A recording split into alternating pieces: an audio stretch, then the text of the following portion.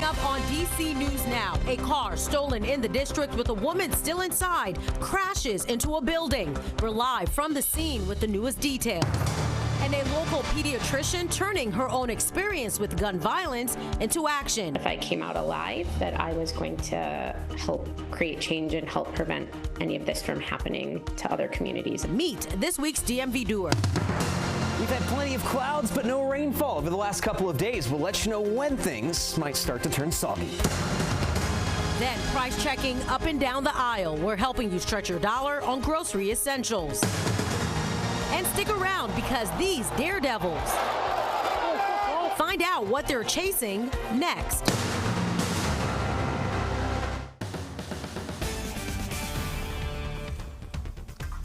And thanks for joining us on this Monday for DC News Now at 4. I'm Mark Hall. I'm Tosin Fakile. We start with breaking news out of the district. An elderly woman killed. A car she was in was stolen and later crashed in Northwest. Our Marielle Carbone is live at the scene. Marielle, you just heard from police a short time ago. What did they tell you?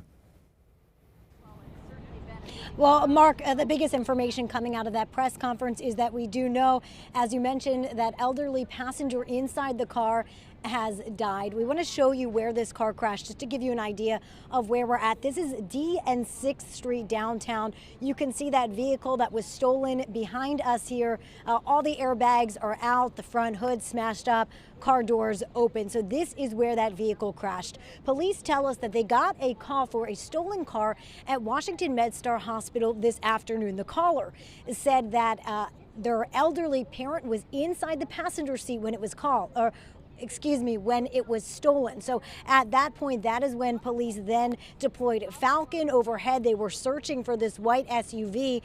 Later downtown here in the area where we're at, a police officer that was just on their normal duty was driving down 6th Street when they saw a white vehicle crash into a building in the rearview mirror. So that officer came around to respond to the crash, and at that point they saw the driver of the car get out and start trying to flee this scene. The officer was able to stop that driver and hold them for questioning. Later they were able to connect this car to the stolen car from MedStar Washington Hospital.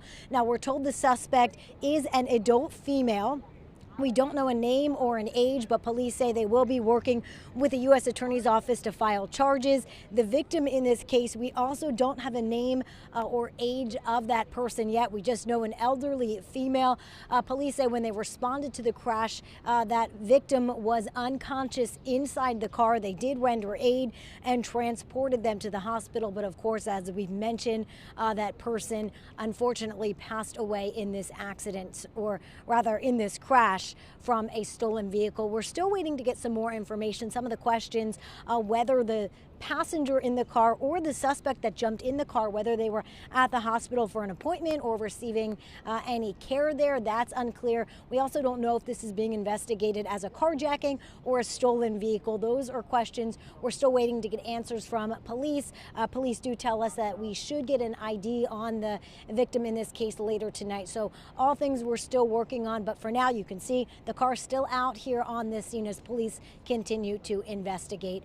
Reporting live downtown, I'm Marielle Carbone, DC News Now. Marielle, thank you. A live look outside at the Kennedy Center. Again, Tosin, it's been a muggy day, a cloudy day, but it's Monday. But it's so funny. I was driving in and I did see the sun, and now it looks like it's gone. Let's head on over to meteorologist Damon Madsen. And Damon, I was driving in. I was like, oh, I'm excited to talk to Damon about the sun. Where'd it go? Oh, my goodness. I took this. No, the excitement went away, I guess, for us on that one. But no, folks, it's been this way throughout, not just today, but back to Sunday as well. To wrap up the weekend, we saw a lot of cloud cover. Now, the good news is we haven't had a lot of rainfall at the very least to go with this. Here's that look. The satellite picture all throughout the entire day. We have had a good mix of sunshine at times, and then the clouds roll back in. We have a good bit of cloud cover right now over northern Virginia, extending back into D.C. and along the I-95 corridor. You'll find more clearing back toward I-81 in the Shenandoah Valley, where there were more clouds earlier today. Go figure. So it's just been a back and forth in that regard. But yes, the rainfall has not been around or with us here. We went through an entire weekend for the first time in a while without any significant rainfall in the DMV. A few showers and storms are down to our south towards central Virginia, but we're not seeing a whole lot of activity outside of a stray shower in southern Maryland. So we'll keep that trend going. We'll also keep warm and muggy conditions going as we head throughout the evening. Temperatures will just barely drop back into the 70s, and with plenty of moisture in the air as we go later into the nights, we could be talking about some patchy fog developing as well. Now, we've lucked out in terms of not dealing with any rainfall since late last week, but will that trend change as we head into the middle of this week? We'll talk about that full forecast and let you know the details coming up here in just a bit.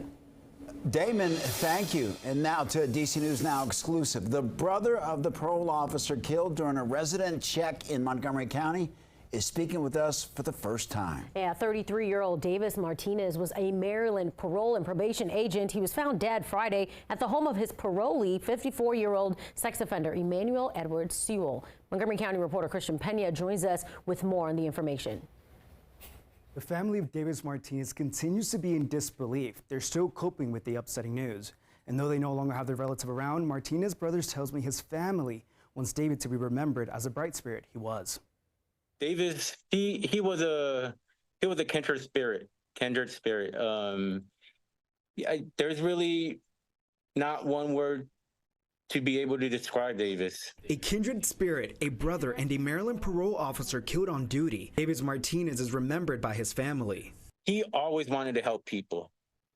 I think Davis, he could never see any fault in a person. He believed in second chances. According to police, Martinez went to check on 54-year-old Emmanuel Edward Sewell on Friday. He never returned to his station, prompting police to look for him. They found him dead at Sewell's apartment. And the death of Agent Martinez is a stark reminder of the dangers we face every day. Police say Sewell was captured while traveling near Hurricane, West Virginia Saturday. He is expected to be extradited to Montgomery County on second-degree murder counts.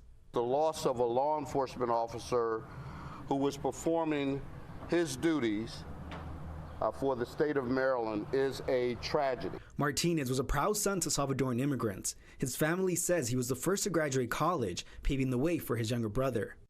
He had unconditional love to me, and I'll always have unconditional love to him. Michael's final message to his brother? Thank you. I would definitely say thank you, and I'll give him a huge hug. I love you. Take care, and don't worry. Sewell remains in custody in the state of West Virginia. It is unclear when he will be extradited to Montgomery County to face murder charges. For now, reporting in studio, I'm Christian Pena, DC News Now. Christian, thank you. In Washington County, Burnsboro High School was dismissed early because of what they call hazardous material. Just before 10 this morning, first responders arrived at the high school. They say that Freon was leaking from the air conditioning while routine maintenance was being worked on. The evacuation was ordered as a precautionary measure. It's an inhalation hazard. It can cause, it's an asphyxiant. So most of that dissipated right away, but we wanted to make sure that that wasn't going to be a hazard in the school. Emergency services personnel remained on site to make sure the school building and grounds were safe and secure. No injuries were reported. We head to Montgomery County, where parents and students are protesting the school system's proposal to discontinue a virtual learning program that started following the pandemic. DC News Now's Kevon Dupree was at today's protest and has that story. Parents and students staged a sit-in here outside the MCPS Board of Education building to bring awareness to the proposal to eliminate the Montgomery Virtual Academy for next school year. The superintendent, the chief operating officer, and any and every board member that hasn't had the chance to come see us, talk with families, we're coming to them. Fighting to keep the Montgomery Virtual Academy open. It's very upsetting that they're trying to close this program that is helping a lot of kids. Angela Rojas' son Ethan says he's benefited immensely from MVA. I've gotten honor roll, which is the first time I've ever gotten it. I've never got honor roll in the school building. The virtual learning program may close due to budget cuts MCPS says are necessary to make next year's budget work. But students say they were told earlier this year that the program would return. We planned that it would stay, and last minute they changed it, which is pretty upsetting. Some parents aren't sure what they'll do if the program is discontinued. The timing of it all is not appropriate at all either. I mean, like, how do we have like 2 months to figure out where our kids will be going in the fall? Students hope Monday's demonstration will show just how vital this program is to their academic success. Don't get rid of my school. Go ahead, keep typing. I love Montgomery Virtual Academy. An official decision on the future of the Montgomery Virtual Academy is expected to be made on June 11th. Reporting in Rockville, I'm Kevon Dupree, DC News Now. All right, Kevon, thank you all. It is officially Pride Month, and in D.C., the annual LGBTQ plus flag raising ceremony is already up. Now, the second annual raising of the flag, the Progress Pride flag at City Hall. This is a live look at the podium right now. According to the mayor's office, this year's budget included over $5 million to support World Pride 2025. Meanwhile, the Capitol Pride Parade is this Saturday at 3 p.m. and the DC News Now team will be out there on a double-decker bus on the parade route. You do not want to miss it. And then on Sunday, the Capitol Pride Festival kicks off at noon on Pennsylvania Avenue. Later this month on the 27th is the District of Pride Showcase at Lincoln Theater.